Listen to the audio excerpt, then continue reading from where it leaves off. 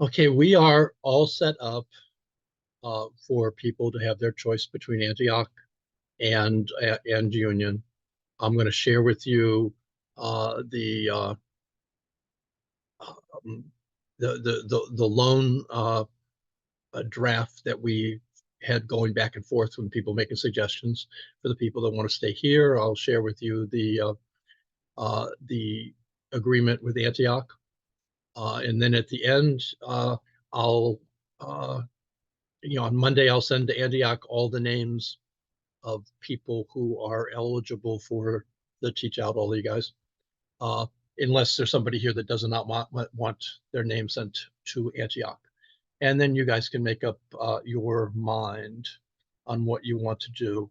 I know, Nadia, we talked about, you talked back and forth a little bit about the loan thing. Let me bring that up.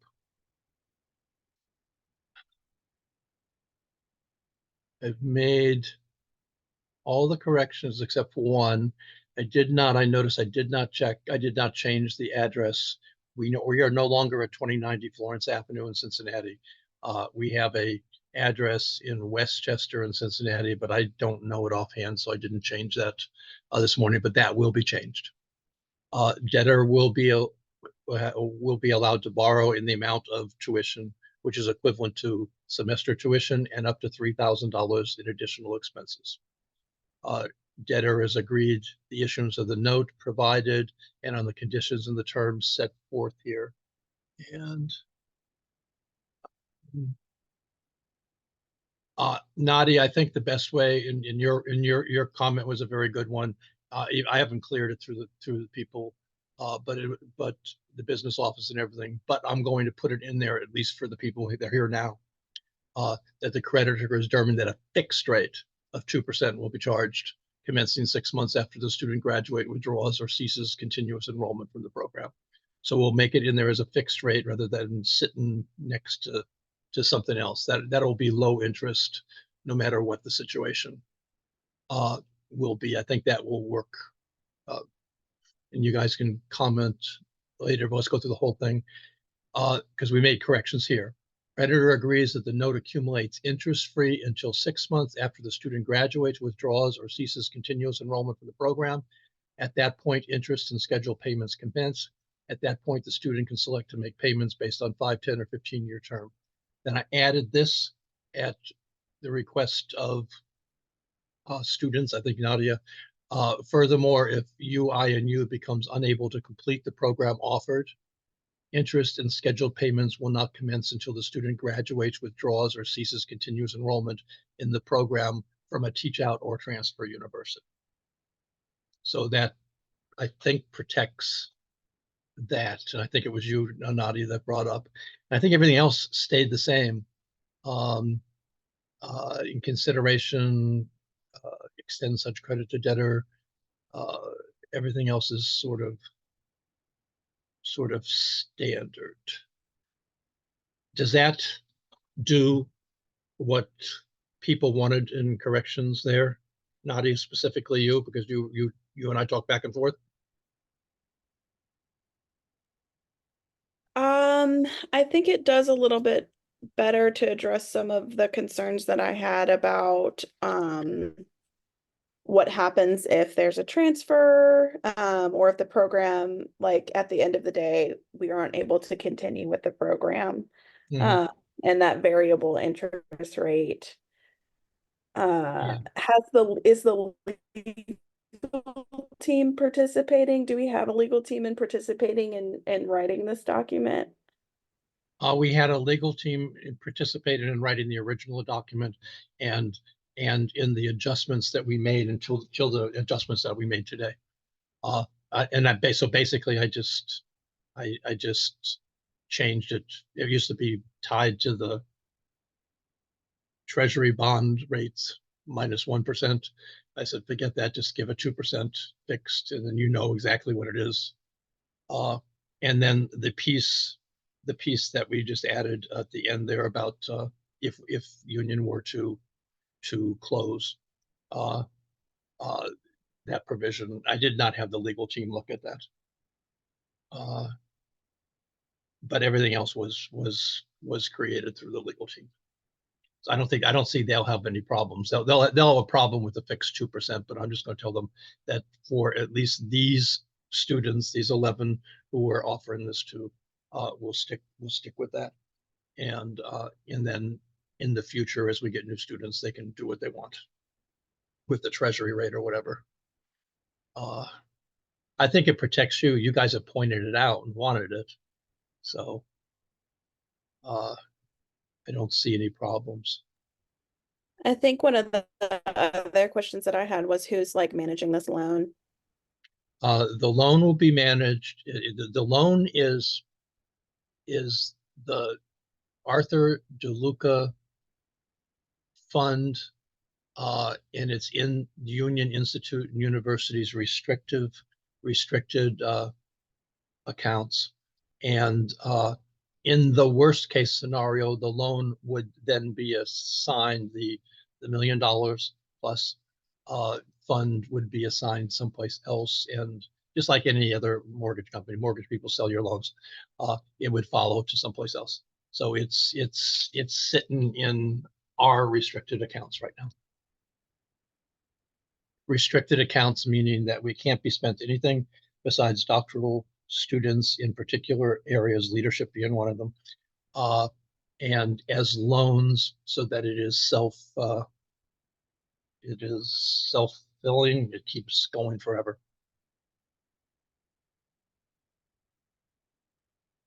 And the provision was low interest, and I think 2% is low.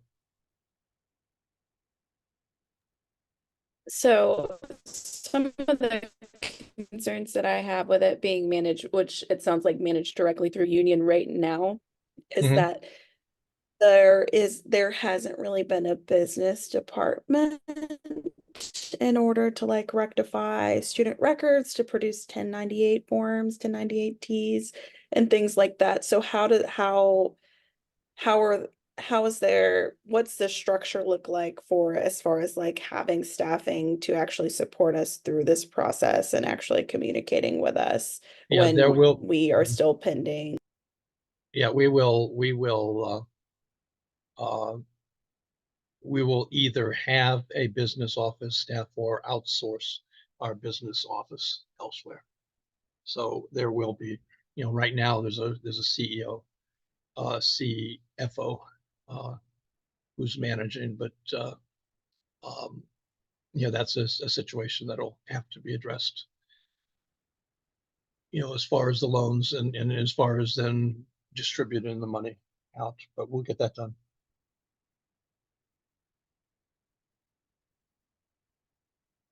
I'm going to go to the contract with Antioch.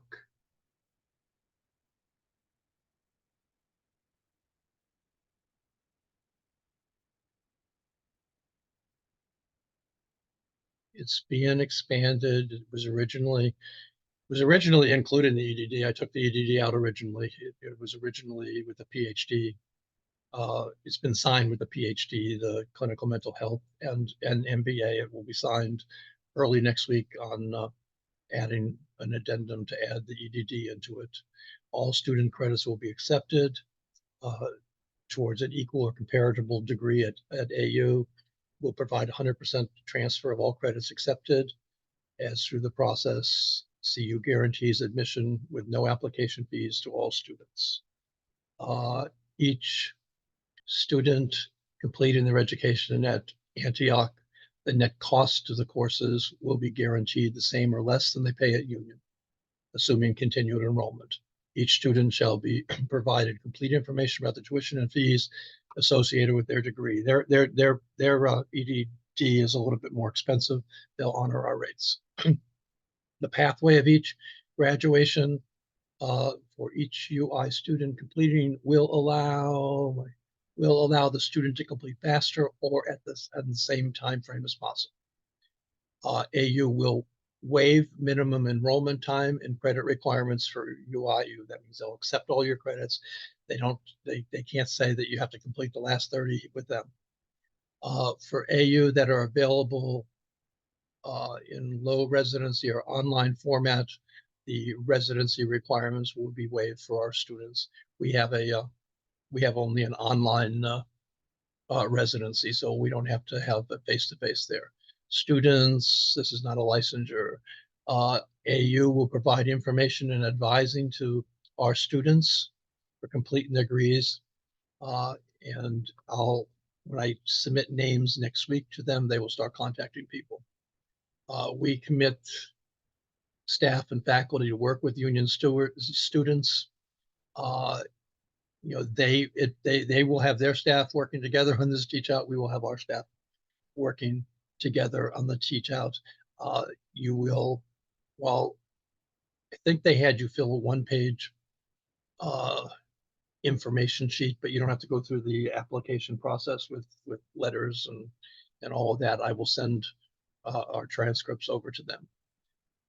This agreement is consistent with all applicable state and federal regulations. When possible, AU is willing to hire some faculty members. The EDD is so small, they will not be able to hire. They won't take anybody from us. And we agree to keep the agreement confidential until it mutually agreed upon time where details can be shared with students, faculty, and staff, which is what it be now. And next week they'll start making contact with people. I think in some ways I sharing with you guys that it was Antioch earlier created some problems with some of us contacting them beforehand and all the communication changes. I think that's it. That's the signatures on that. So my feeling is that unless somebody indicates differently, I am going to send everybody tomorrow I will send everybody the loan agreement paper and registration procedures. I don't know what courses we're going to offer yet until we see how many are here. At this point, only 2 people have said they're going to stay at Union, and 3 people have said they're going to Antioch, and 6 people have not responded much at all, and I suspect they may be elsewhere, on that. But I'll send out where people have both options, and then they get back and they, Union, we will start the course on March the 4th. That gives us 8 weeks. So we will have the same content as we would have in 16 weeks, but it will be, compressed. Week 1 and 2 will become week 1 in the courses that we have. There is no financial aid requirement that you take 2 classes to get financial aid, because we don't have financial aid. We're not bound by financial aid. We will give you loans from that account if you take 1 or 2 classes. And it's up to people. Just keeping in mind that it's going to be a course in 8 weeks as opposed to a course in 16 weeks. So you'll have the option of scheduling for 1 or 2. And I'll send to Antioch, and Antioch will then get in touch with people, and then you can compare the 2. Monica, you're one of the 2 that is staying here, correct?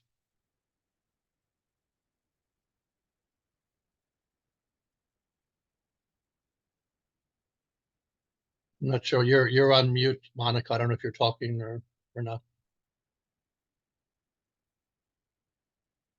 Okay, I was just trying to see if there's anybody who has decided here and does not want their name and information sent to Antioch. I will.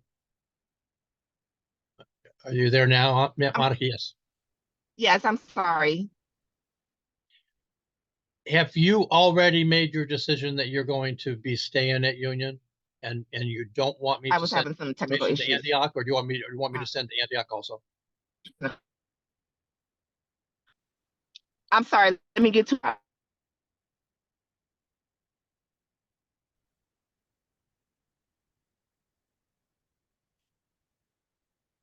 You're not muted, but we can't hear you, Monica.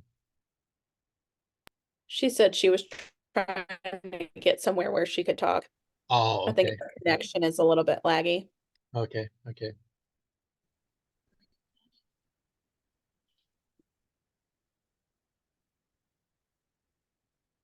Dr. Frederick? Yes. Okay. I'm sorry, I'm driving right now. Oh, yeah. You were asking a question?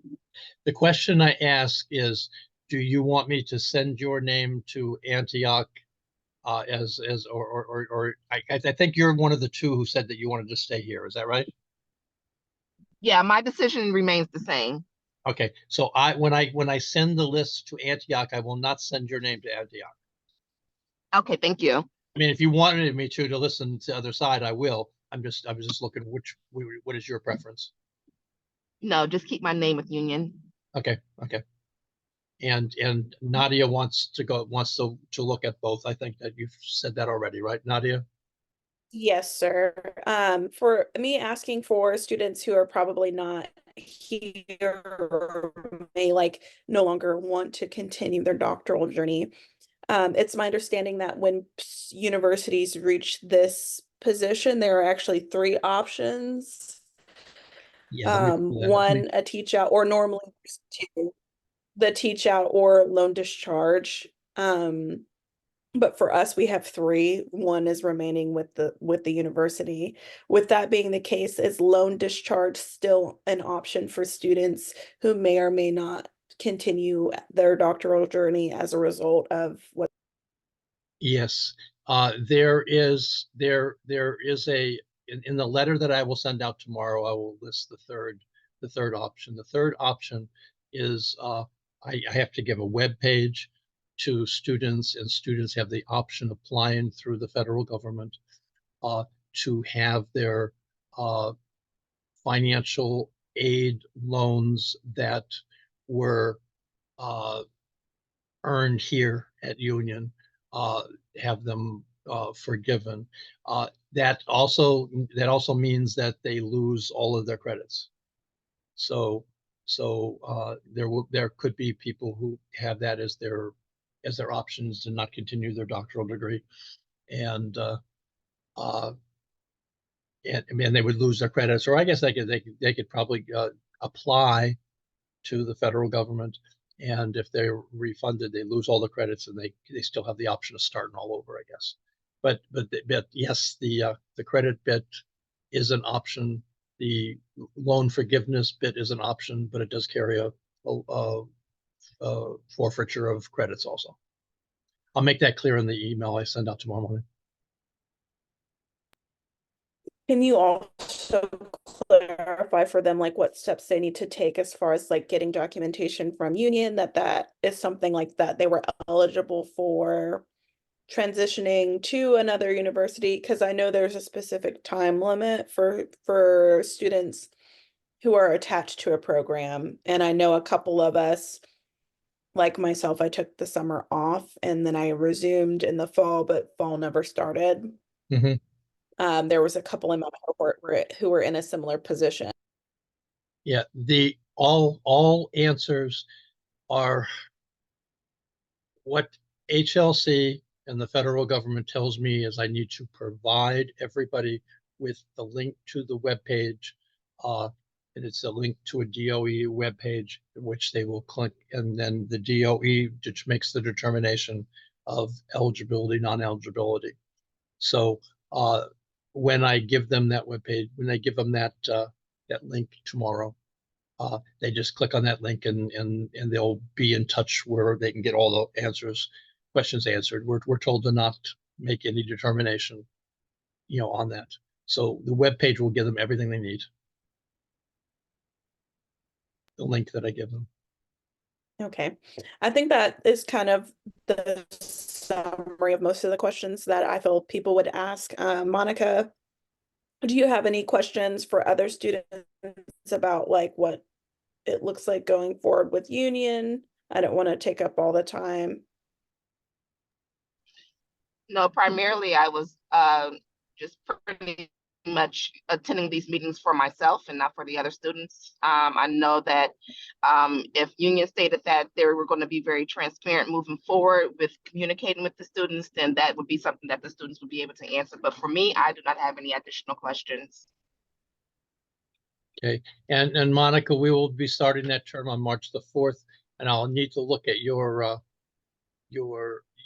and whoever else is staying with us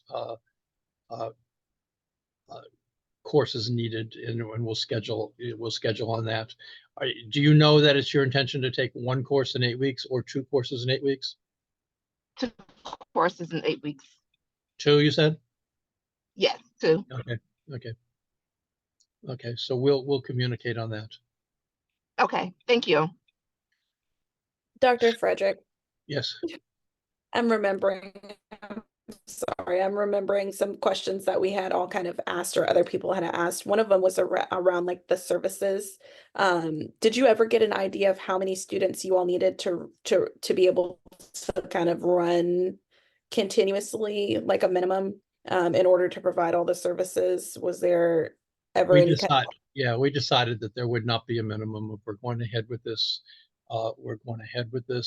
and seeking new students for the next term after that. So we decided we would not do a minimum.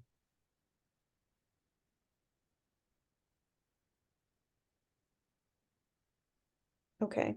And then seeking to pull in faculty, was there any update on like faculty who would be returning, if any, from our original team?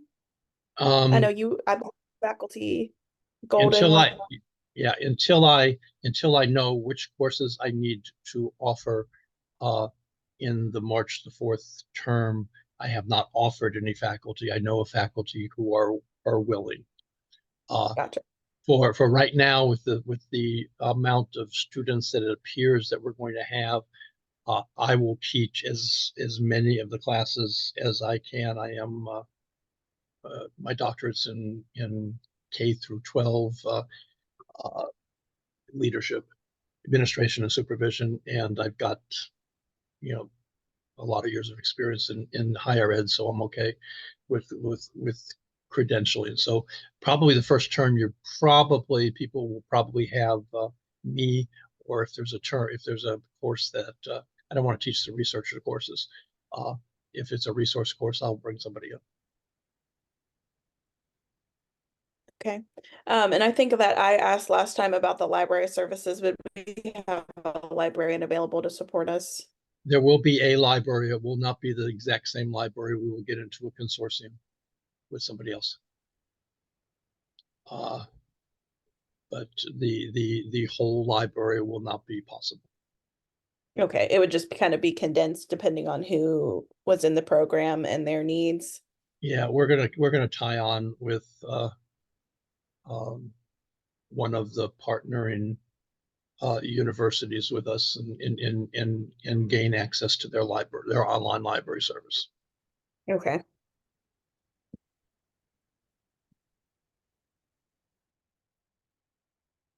Anything else? I'll send out an email tomorrow, sort of summarizing everything with a link to this to the recording, talking about all 3 options, and then we'll move forward. Those that are going to the Antioch will start contacting people next week. So don't contact them. Let them get their people started on that. If they haven't contacted you by the end of next week, please get in touch with me and I will get on their case. But they will. They've done well with the other 3 programs they took. Okay. Thank you so much. Thank you, guys. Have a good rest of your Sunday. Thank you, Dr. Frederick. Thank you. Bye-bye.